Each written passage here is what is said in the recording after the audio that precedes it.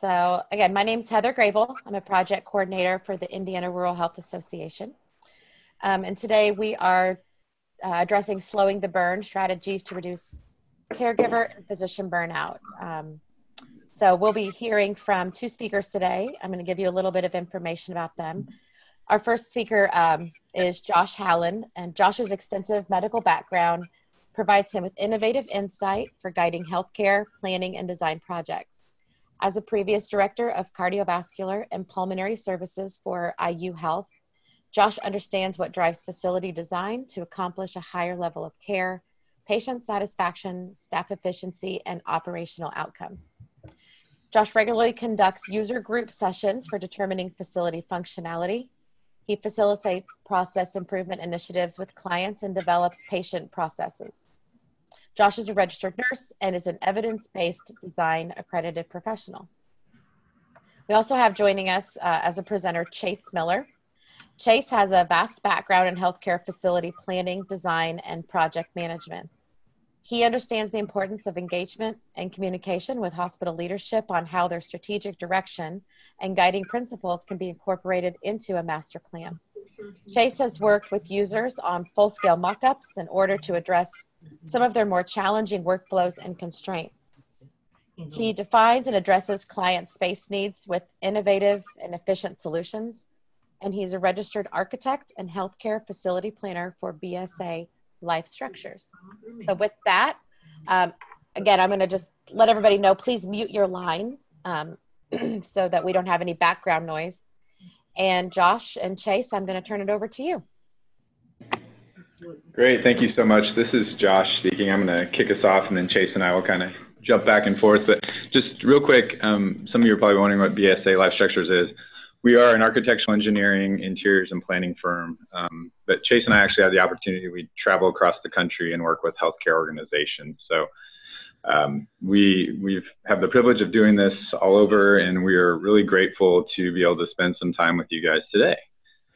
So today's agenda, we're talking about why burnout is such a problem. It is a big problem. What are the factors leading to burnout? And then how can we, as we like to say, slow the burn? Apologize, there's a little delay, I think, when we're hitting this, but essentially, why should we be concerned about burnout? And burnout is in no way a new phenomenon. It was first recognized in 1974 by Friedenberg, and we know it dates way before that official naming of the syndrome. And actually, I was at a hospital this past week. I was reading a historical document looking at one of their old State of the Unions from the 1950s.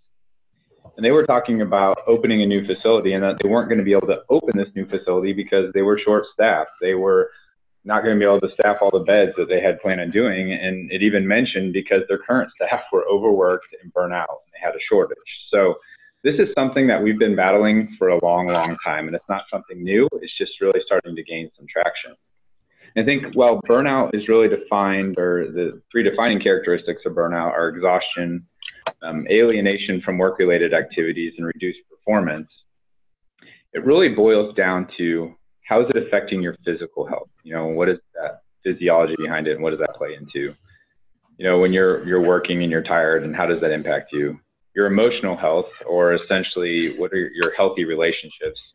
And then your spiritual health, that's really just your sense of purpose, and that becomes especially important for us as caregivers and people that work in hospitals. And really it ties to the mission of why we even started our careers. So what really is happening is all of these have become depleted and need restored. So much like a bank account, it can go negative, it can have a negative balance. Actually, our bodies in this problem can have a negative balance, and it really impacts the work we do. I think this is really alarming. And again, we just want to give you some background, but burnout rates continue to rise. In 2014, nearly 55% of physicians reported at least one symptom of burnout. That was up from studies done in 2011. If we look at nurses in a 2017 survey, 62% of nurses reported being burnt out. So I'm sure a lot of you may be sitting in an office by yourself trying to eat some lunch, but if you go to a meeting later, you go to your unit later, and you're sitting in a meeting and you look to your left or your right, there's a very high probability that one of you is having some symptoms of burnout. So burnout impacts the clinician and the caregiver and the hospital in a number of ways. And just looking at a few here, increased cost, decreased patient experience and satisfaction, which is directly related to the clinician and the caregiver. You know, if a caregiver is burnt out, they're not impacting the patient as well as they would if they were fully engaged with that patient and fully invested in what they're doing and working with them. Decreased quality of care, decreased productivity. When you're burnt out and just exhausted and not really engaged in what you're doing, you're not as efficient in what you're doing and working through all the processes day in and day out. It also impacts the individual. You know, suicide is a huge problem. Interpersonal relationships become stressed and strained from family and friends to everything in between. And substance abuse is also a big problem, especially with clinicians and caregivers having access to some of those drugs and medications that they can potentially abuse. So as we dive into a couple of these factors a little more in depth, you know, there's a lot of big issues with this, and we talked a little bit about decreased quality, but actually one article recently noted that nearly 9% of almost 8,000 American surgeons reported having committed a major medical error in the preceding 3 months. And most of them had manifested burnout. So, you know, 800 physicians in a survey said that they made a major medical error because they were burnt out. There was another study, it was focused on medical errors in residents. And a third of them, or 34%, correlated the medical error that they made with burnout. So this is a big issue. I mean, it's impacting things across the board, you know, potentially creating hospital-acquired infections. Adherence to treatment plans. I know when I was working on the units, there'd be times you'd come on and everything wasn't done on the shift. You know, you love to follow that nurse that maybe wasn't getting everything done, but it was because they didn't have time. So if we're not able to hear those treatment plans, it's got a huge impact on how we take care of our patients. And it's also impacting our patient satisfaction. You know, there's studies out there showing that obviously physicians with higher satisfaction are reporting a much higher level of patient satisfaction. But that's being tied back to a lot of times a lack of empathy to our patients, just because when you can't even care for yourself, it's really hard to care for others.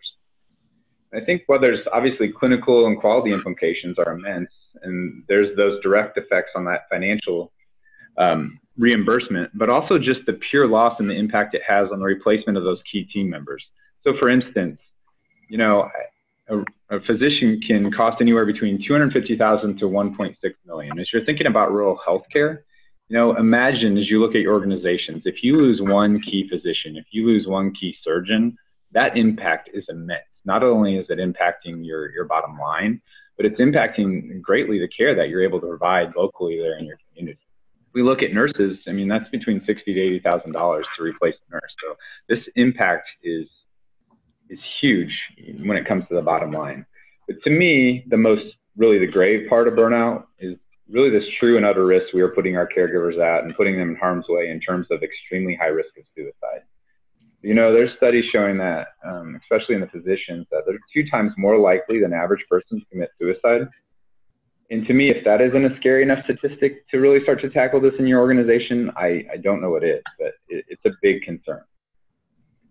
And, you know, this phenomenon of burnout has become such a big epidemic problem that IHI, the Institute for Healthcare Improvement, has modified its triple aim. So if you know the triple aim to improve healthcare, it's improving population health and how we touch care across the continuum. It's decreasing cost per capita, and it's enhancing the patient experience. They've really taken a step back and said, okay, you know, this burnout issue is so big that we need to add it and become a quadruple aim and really start to focus on the care team well-being and how we take care of our staff. And we've got this cartoon up here, and you know, it says Frank just up and exploded. I hope I never get that burnout. And it's a funny cartoon, but it's a sad reality. You know, we absolutely want to try to prevent something like this from happening. And though it's an over-exaggeration, the threat of burnout is absolutely and critically real. So what are some of the things that is actually causing burnout?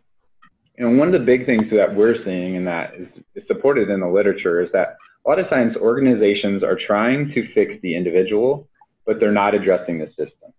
So for clinicians out there, maybe you can really think of this as symptom management, but we're not actually holistically addressing the root cause of the disease, which is a big issue.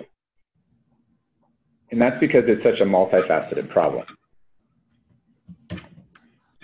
So when you look at burnout, you're not fixing just an individual. There's multiple things going into it. Yes, the individual plays into it. A lot of times as caregivers, we have a poor ability to say no. We get overcommitted. That can drive it. But your organizational culture. Do you have professional development support? Are we being driven so much by productivity? Nurse staffing ratios, how does that play into it? We've got our governmental pressures. We won't even talk about things like the EMR. Well, we probably will, but you've got your regulations and charting, your maintenance of certification, all those things that are playing into it. And then when you get down to your unit or your specialty areas, there's pressures there. What do your teams look like? What do your peer-to-peer interactions look like? All of those things are playing into burnout and the risks that you have. So taking a deeper look into those unit specialty factors. So this is a chart put together by the advisory board, and it's taking a look at the differences between these different units and departments and how that impacts the engagement of our clinicians. So the orange person there in this graph is used to signify a nurse, and the green and purple are physicians. And as you can see across these different units, the white box there on that bar chart indicates the 50th percentile. So on average, nurses in a cardiovascular unit are 50 or a little less than 40% engaged. That's pretty low. And then when you look up to the 90th percentile, they're really only around 50% engaged at the best.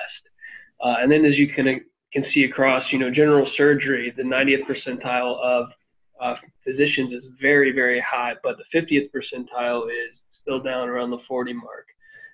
So as we move forward looking at the differences between cardiovascular and emergency, you can see in the ED you're going to have different stresses, different pressures, more fast-paced environment as opposed to a cardiovascular unit, and that really takes its toll on the nurses, as you can tell in this graph. The 50th percentile drops by about 5 to 6% as far as how engaged those staff are in that department from the cardiovascular department.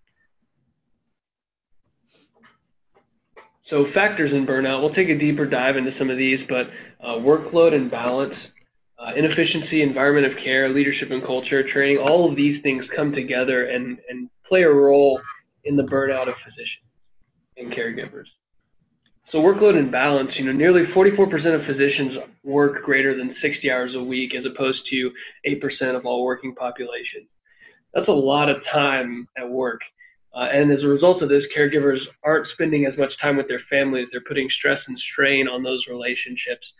Their family life suffers, and their family life suffering will then carry over into their work life, and it begins to impact the quality of care that they're able to provide. They don't have time to take care of themselves physically, mentally, or emotionally. Getting into the doctor to take care of them on a physical level, to have that break and that rest to support them mentally and emotionally through their relationships, because all of those things are out of balance. It really throws off the overall balance of an individual's work in their life. And here's just kind of a funny graphic. At Starbucks, you have these 3 sizes, and they kind of small, medium, large type of deal. Hospital staff, it takes a lot of energy to be on staff at a hospital, and as a nurse and a clinician, you're really needing that extra dose of energy. If only there was a 100-ounce coffee, you would have to get less refills. I need a different cup holder in my car. But, we continue to talk about, and we talk about inefficiencies. We know there's a lot of inefficient practices that create a lot of extra work for our staff, especially in the hospitals and clinics across the spectrum. And honestly, this is why you've seen such a big push in healthcare towards lean process improvement to really try to eliminate waste. I know some places lean is a bad word. Some of you probably just shut the phone off because you don't want to hear that, but it's really true. And the thing is, though, that while most organizations, they have a lot of opportunity to help with staff processes, one of the frustrating parts is we really continue to be in such a broken and poor healthcare delivery system. That's also driving so many of our inefficiencies. My wife had cardiac arrest back in 2010, and subsequently she had to have an ICD. And she's due to have that ICD replaced pretty soon. And the amount of red tape that our physician and his team has gone through for her to get this life-saving device approved by our insurance has been unbelievable to me. I knew there was some challenges, but it's been more than I had ever expected. So instead of being able just to write an order and schedule the procedure, there's a litany of back and forth I'm sure you guys are very well aware of. And that communication between our provider and insurance and us, I know I'm frustrated. I can't imagine how frustrated they are on a daily basis dealing with this with multiple patients. Actually, just read a statistic last week that the average doctor spends over an hour a day on insurance paperwork alone, and that cost is estimated to be about $83,000 a year just filling out insurance paperwork. So this inefficiency thing is a big deal. And I think, we talked about EMR, but that is another sad reality of our inefficiencies in our workflow and what that's doing to the satisfaction of both our doctors and our patients. I mean, we look at this picture, but unfortunately, this is the reality in a lot of places that we're at, is that we're spending more time staring at computer screens than we're able to touch our patients, which we know that's why all of us got into healthcare. So these are things that are really driving people to be frustrated and burn out in the work that they do. Thinking about the environment of care, Josh mentioned electronic medical records. It really takes the physician's attention off of the patient to chart some of those things and really disengages them from the patient themselves. Technology for the sake of technology. Sometimes there's these new inventions, these new innovations in the technology realm that we're really looking to implement in some of our facilities. Are we doing that for a benefit or for a gain in the processes, or are we doing that just to say we're trying something new, something cool and innovative? We really want to be intentional about some of these technology advances rather than create waste and rework. Space management is also big in terms of your environment of care. Thinking through where different spaces are located in your facility. Are you being efficient with your space use and making each space and giving it its highest and best use? Putting distance between the caregivers and patients, that's physical distance, emotional distance, as we mentioned with EMR, but the physical distance too, thinking about where you're located in the nursing unit and in the facility compared to where the patients are and how often you're near your patient versus away from your patient. And then appearance and pride in facility is a huge one. Caregivers and staff, really anyone, takes pride in where they work. And these are just a few examples of some facilities.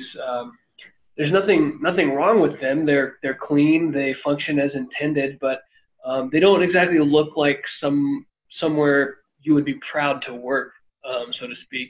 And it's a thing where maybe you want to bring your kids, your family, your parents to visit and say, I work in this hospital. I'm really proud of the work we do here, and this is just an incredible place to work. And having that pride in where you work and go every day, spending so much time there. So another big piece of this burnout, and I think a lot of us know this, is around leadership and culture.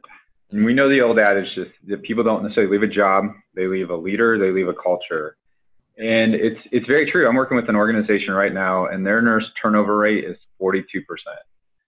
I'm just going to let that sink in for a second. It's 42% nurse turnover rate. When I heard it, I about fell out of my chair. I mean, they're literally turning nurses constantly, and that is a big deal. You can't gain any traction when that's happening. And it's a true driver, and team members are extremely frustrated. They're frustrated with communication, of having a feeling of not being heard, and it's leading to a lack of trust in an organization, and it's leading to ultimately a lack of commitment, both by the organization themselves and the staff. And I think the thing is, a lot of times they're not living the mission. So you'll hear executives speak about service and quality, and this may be you, and I think it was me at times when I was in those roles. And we're talking about service and quality, but our actions and really the things that we're doing are always pushing profit, right? And we work with really, really smart people, and they know what your motive is. I get there's no money, no mission, but really stepping back to say, what message am I displaying, and what is this healthcare, and what is it all about? There was actually a study done in 2013. Nearly 3,000 physicians And they found that for every 1 point increase in their direct supervisor's leadership score, so this was a scale of 60, so every point increase in their direct supervisor's leadership score, there was a 3.3% decrease in burnout and a 9% increase in satisfaction. So leadership makes a big deal as we're talking about burnout and the impact it has. And there's no generic physician or nurse.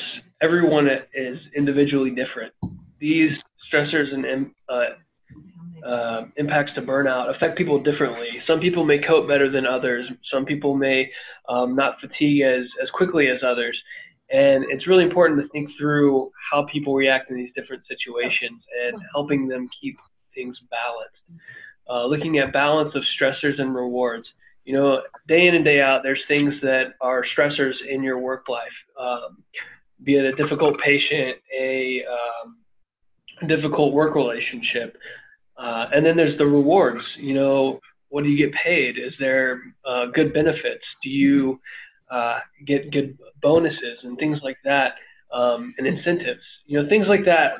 And how do we balance those and keep those in check? And Press Ganey study recently looked at this and really explored how rewards reduce stressors. And there was the results basically came to the conclusion that you can offer additional salary and additional rewards and additional incentives, but they don't outweigh the stressors of the everyday job life. And it doesn't take away from that. So it does value, but it isn't the magic bullet, so to speak. And then one of the last issues leading to burnout that is recognized in literature is around training.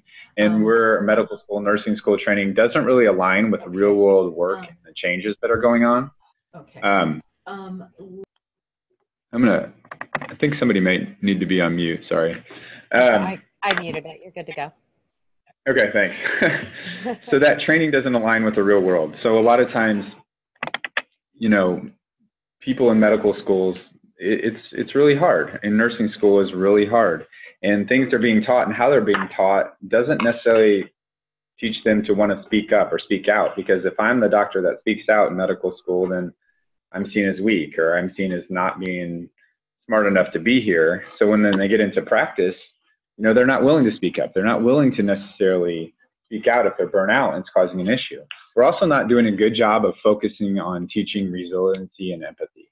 So we're not teaching how to really be able to handle all these stressors once you get out and into practice and all these things that are weighing on you, and how can we deal with that and get over the hump. And then also, how do we really teach empathy towards our patients? There's just a lack of translation between the two. So then the big question, and why we're really here is, you know, what are some evidence-based things to really slow the burn?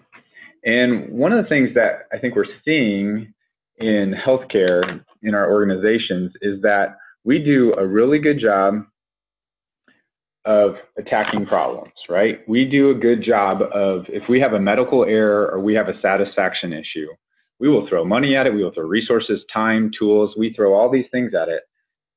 But what we're seeing is that most places are not doing that with burnout. They're not really addressing the issue and attacking the problem like they should be. Because again, this is a multifaceted concern. So, as we look at this next slide, this is not the answer. You know, I'm suffering from burnout, but with some time off and a little yoga, it's starting to go away. Again, that's symptom management. We're not really addressing the disease. So some of the interventions to slow the burn that we're going to dive into, we're looking at assessment, operational efficiency, some of the healing architecture and how that plays into it, your leadership and culture, and then how do we really create flexibility in that work-life balance. So a lot of you have probably seen this, but a problem well-defined is half solved. And this becomes absolutely true in any situation that you go into, but especially for burnout, because you know, one of the first things that you're going to have to do and you're addressing and you're looking at your toolbox for how you're going to address burnout is the assessment piece, because you have to do the assessment to really acknowledge that there's a problem. You know, there are multiple ways in which you can assess your organization. Some places like Mayo Clinic, they're doing it on an annual basis. I talked with the head of Cleveland Clinic last week over their experience department, and she was talking about they do theirs on a biannual basis, but when they have problem areas, they're doing it more frequently. You know, regardless of how often you do it or how much you do it, you really need to get that baseline to understand and capture where your organization is at. So one example of this would be measuring resiliency. And it's a series of 8 questions used to measure your ability to disconnect from work and engage with work. So this is the resiliency assessment. So these 4 questions really track on a sliding scale how well you can engage or how well you can disconnect from work. Can you enjoy personal time without focusing on work matters? Rarely lose sleep over work issues. Free my mind from work when I'm away from it, and disconnect from work communications.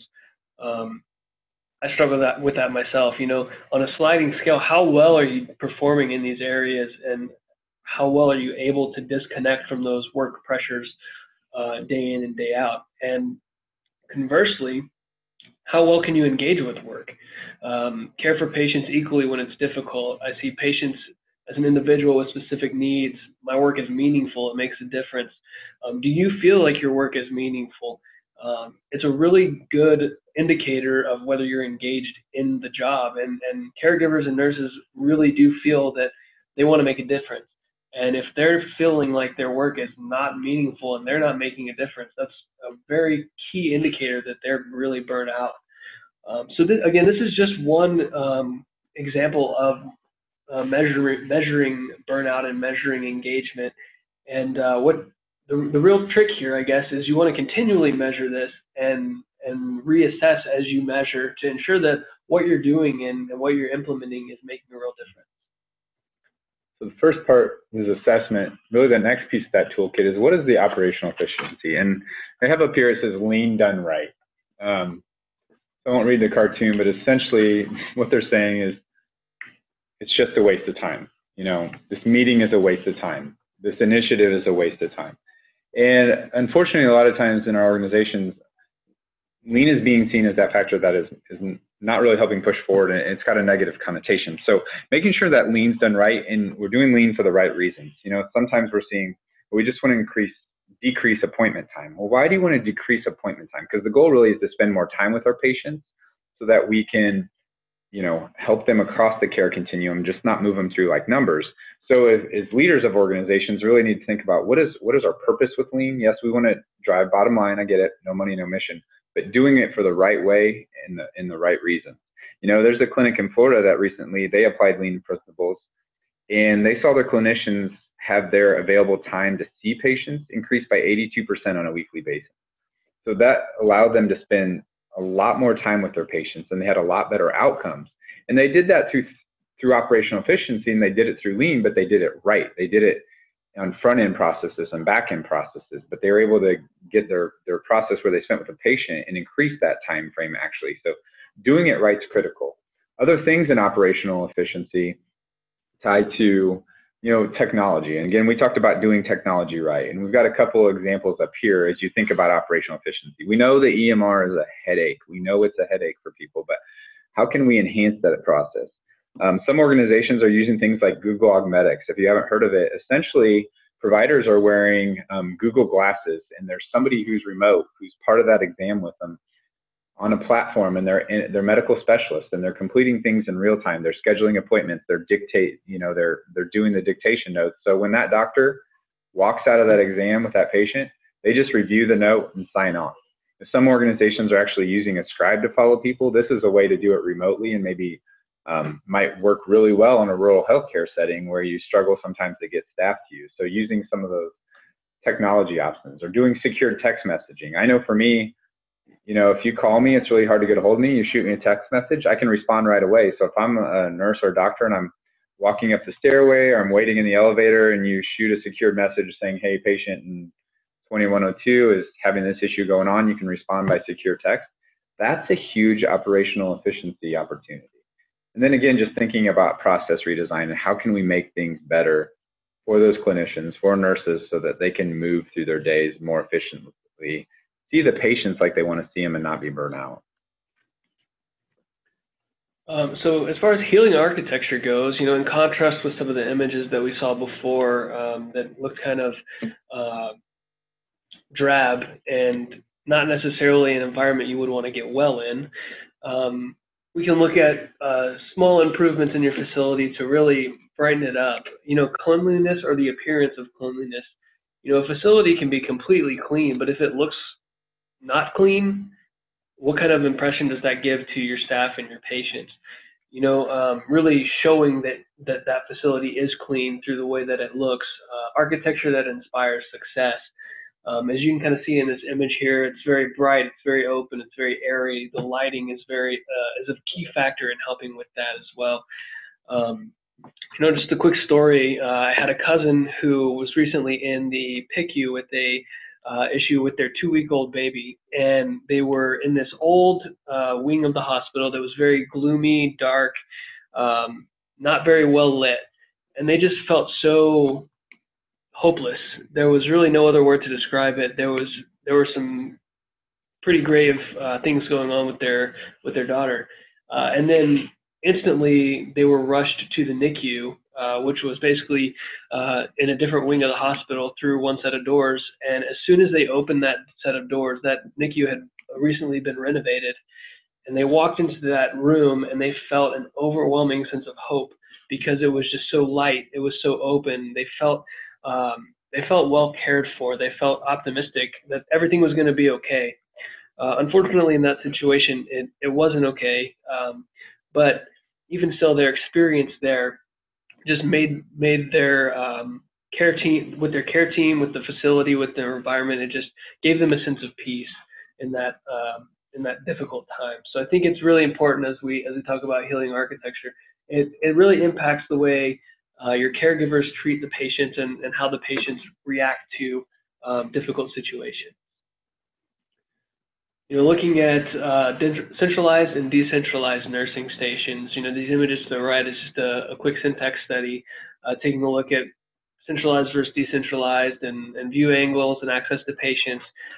You know, it's an age-old conversation of which one's better. Do we know? I still don't think we know. But they all have pros and cons, especially when it comes to burnout. You know, as you're thinking of a centralized nursing station, you might think that's better for caregiver burnout because nurses are able to interact with their colleagues, bounce ideas off of each other, talk more. But then you think of a decentralized nursing station and you say, well, maybe that's better for reducing burnout because nurses have more face time with their patients. They're not as loud and they're not being distracted as often, so they feel like they can make more of an impact. So there's really not a one-size-fits-all, and it's really kind of a case-by-case discussion as you look at how this applies to you and your care team. Teamwork versus individual work, kind of the same thing, and proximity to patient. You know, healing architecture in the sense of controllability and ownership of environment. We talk about lounges for our staff. How do we give them ownership of some of these spaces? You know, a lot of facilities right now in your hospital, maybe one of them, you know, as a nurse, really you get a small locker, and that's about the only thing or place that's yours in the hospital. You might can put a few pictures on it on the outside and put a bag or a coat in there, but everything else is just fixed. You have no control over your environment. As opposed to someone who maybe has a desk and sits at a desk all day, they can kind of put up a couple pictures on their desk, move some things around and structure it to where it's a comfortable environment for them. You don't quite have that luxury as a caregiver and a clinician. So thinking through what are some ideas that we can implement to help with that. In your lounge or break room area, can you have the lighting be controllable? Can we provide access to light in those areas and access to nature? Things like movable furniture, things that are comfortable. This image here is an example of a staff lounge area with the sink, the casework, flexible tables, comfortable furniture that can be modified throughout the day, week, month. Yeah, well, and the break room has been a huge one for me. Again, this is Josh, as I've been working with organizations, because I don't know if you guys run into this or maybe you're guilty of this yourself, but as you may be looking at renovating an area or doing something different in your area, and it's like, oh, it's just the break room. They can go somewhere else. You know, it's just the staff break room. It's not a big deal. Well, it's a big deal. It's a big deal because sometimes that break room is the only 15 minutes you get in 12 hours just to go by yourself, to decompress. And if you've got to go to a tiny little room or dark little place, it's a big deal. Or if it's across the hospital, you're not going to know. I know, I've been there. I worked in an ICU. I felt like if we left our patients, they died. So those, ICU nurses, ED nurses, they don't want to leave their unit. So a lot of times we'll run into organizations that say, hey, well, we can create one central break room. It'll be great. And everybody can, have this great camaraderie and work together. But what ends up happening is people literally just don't go to it because they don't want to leave their unit. So kind of a hot topic for me, but it's a big one. We've got to do a better job of supporting people with their space, because it plays into burnout. It absolutely plays into your mindset and just being able to step away for a little bit to decompress. Yeah, and to that point, I'm actually working with a client in a hospital right now where they're really making an intentional effort to give individual workstations to some of their nurse managers and service line directors. And how do they emphasize their value as a staff member and a nurse? So those workstations, they have a fixed amount of square footage that's available to them for this office area. And it's not enough to put a workstation for each individual that they have there. So some of the ideas are hoteling, which is having one desk for every 2 or 3 physicians or staff members so they can touch down throughout the day. But this particular hospital is being very intentional. They said, no, we don't want to do that. We want to give each person a dedicated space. So they're making sacrifices on other areas to really emphasize the value of their team members that will be working in this space. So here's an example of another hospital, just a kind of floor plan view of some tools and things that they've done to really impact burnout.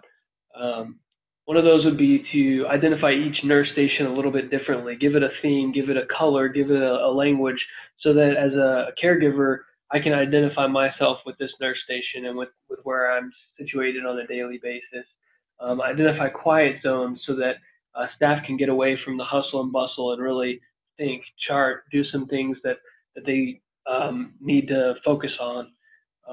Using color to emphasize various areas, identify wayfinding, so that staff and nurses are not constantly being asked, where is this? How do I get here?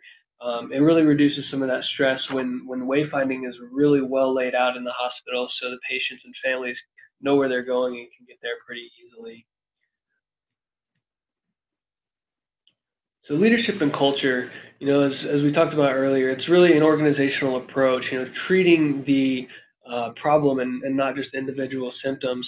Some strategies of that would be mindful moments and well-being days, really selecting a day and treating it holistically for the hospital. This is a well-being day. We're going to emphasize wellness today, do things in the dining area for healthy food options, taking mindful moments throughout the day, and really prioritizing the wellness and the well-being of the staff and the clinicians.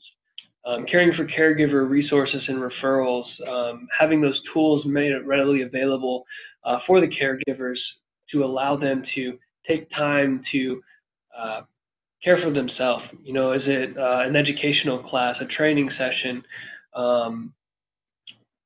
just a conversation with a colleague or with a leader in the hospital to really give them that confidence and instill that passion back in their work. One example also that I do want to touch on is Code Lavender. So Code Lavender, similar to Code Blue, it was started in a hospital in Hawaii, and initially it was started for patients with, dealing with emotional struggles, and maybe even their families while they're at the hospital, not processing emotionally what's going on with their family member or whatnot. And it actually ended up becoming more used by staff members. And it was implemented in 2008 in the Cleveland Clinic. And essentially what it is you can call it Code Lavender, and within 30 minutes, there'll be a care team that arrives for the particular staff member. And depending on what type of burnout or how much burnout that particular caregiver is dealing with, they can tailor the treatment to that particular individual. It can be things like touch therapy and Reiki massage, aromatherapy, music therapy, social work, to anything such as nutritional wellness and pastoral care. It really depends on what that individual is struggling with, and that care team will walk through that with them, be it as a result of a patient who passed away or a difficult family that's continually coming back and seeking care, and working through that with them. So as they go through this process, they also have the opportunity to wear a lavender wristband. And that lavender wristband indicates to other caregivers and staff members that that person is under the care of a care team, that they're really struggling with that balance of work and life and burnout. And that wristband also serves as an indicator to the clinician themselves that, hey, I need to prioritize myself. I really need to get back engaged, and I'm struggling with this. So as we look at some statistics here, Code Lavender, as a pilot program at a children's hospital, over the course of 6 months, when they started, about 24% of staff did not feel supported during stressful times. And over that 6-month period, after implementing Code Lavender, that decreased to 2.7% of staff not feeling supported. So that's a huge decrease in supporting your staff. So, and then as we look at employee engagement, the employee engagement improved 163%, and that is essentially measuring how likely a physician or a caregiver is to recommend the place or this hospital as a place that someone else should come and work. So that's a huge growth in 163%. And as we think strategically and looking at rural hospitals in Indiana, that's a really big draw. If we can increase that referral rate 163% and have people refer friends and other physicians to the hospital that they're at, that's a huge, huge draw. And then as we talk about flexibility and work-life balance, the struggle of working over 60 hours a week and really burning yourself out just by the sheer time that you're working, some solutions to combat that would be offering a variety of shift options. Does it have to be your typical 7 to 7 type of shift, or can you shift that to 3 a.m. to 3 p.m., or being flexible with what that looks like, limiting your maximum working hours within a given week for staff, short shifts for midday breaks. Maybe there's a nurse that can come in between the hours of 11 and 2 or 11 and 1 to cover for a nurse on shift during the middle of the day to give them a break. Maybe they have a doctor's appointment that they otherwise wouldn't be able to get out of work during the day to go take care of. So short shifts that can break up the monotony of the day to really energize the staff. Yeah, and those are the shift things. I worked in a unit actually, and it doesn't have to be the entire floor that goes to it. Maybe it was a group of 4 or 6 of us, and we just traded off. I did 3 to 3. It was such a big deal to me that I was able to be able to do that, because I could get home in time, get my kids off the bus, do those things. So if you're not able to do that, don't always think that it can't be done with just a few people if they're willing to trade off for each other. The other thing, especially if you're looking at rural healthcare, is the ability for social support for people. In urban areas, actually there was a study done, and it said in urban areas, they have less control over their job duties and they have less control over some of their environment. But as you get out into rural areas, one of the things is they had more control over their job and their environment, but they didn't have as much social support. And some of that's just due to the amount of staff and the people. So a big thing is think about how can we provide social support in our rural communities to our caregivers. Another example is an organization actually here in Indiana that does something called Sailing the High Seas. And this is one of the ways they combat burnout. So they talk about the 4 R's of what's your reason, what are you at risk for. They teach resiliency. Then they also really harp on what are your relationships, what are your relationships in work and outside of work. We spend so much time at work and really helping to build those relationships.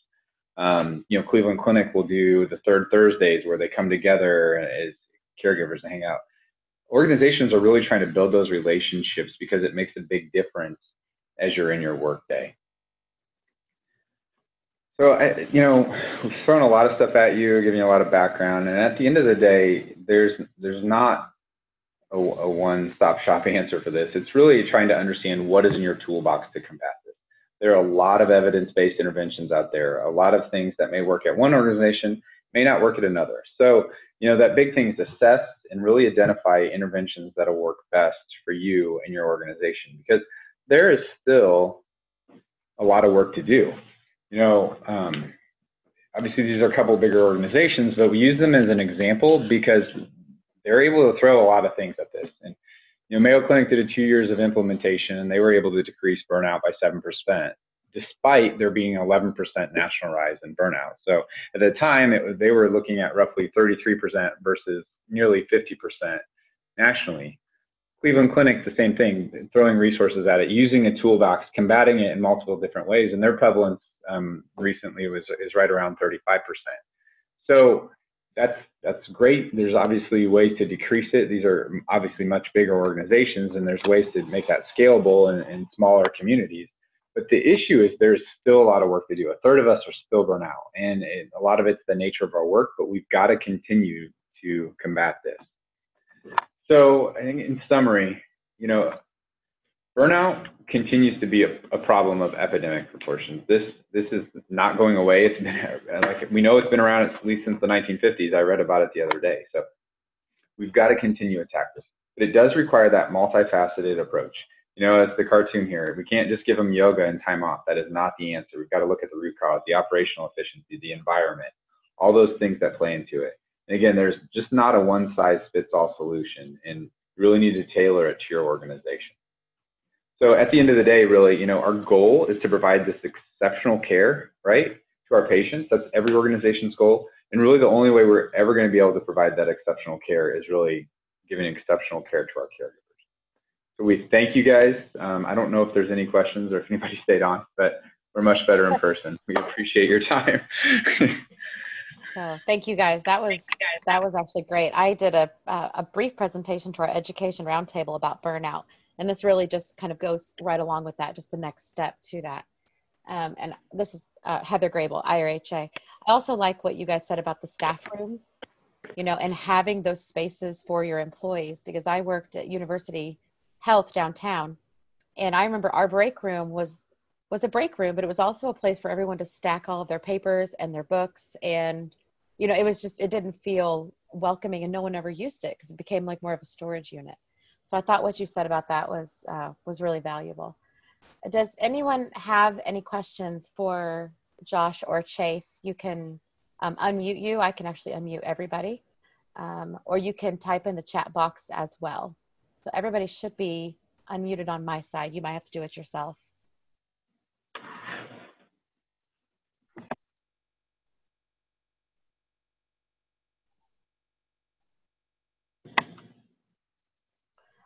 No questions. We will have this recorded. We'll have it on our YouTube channel and on our learning management system, as well as our website as well. If you want to go back and show this to anybody else in your organization or share the information. And I just want to take some time to tell Josh and Chase thank you for presenting, and we really appreciate it. And I'm going to stop the recording. Thank you. Thanks.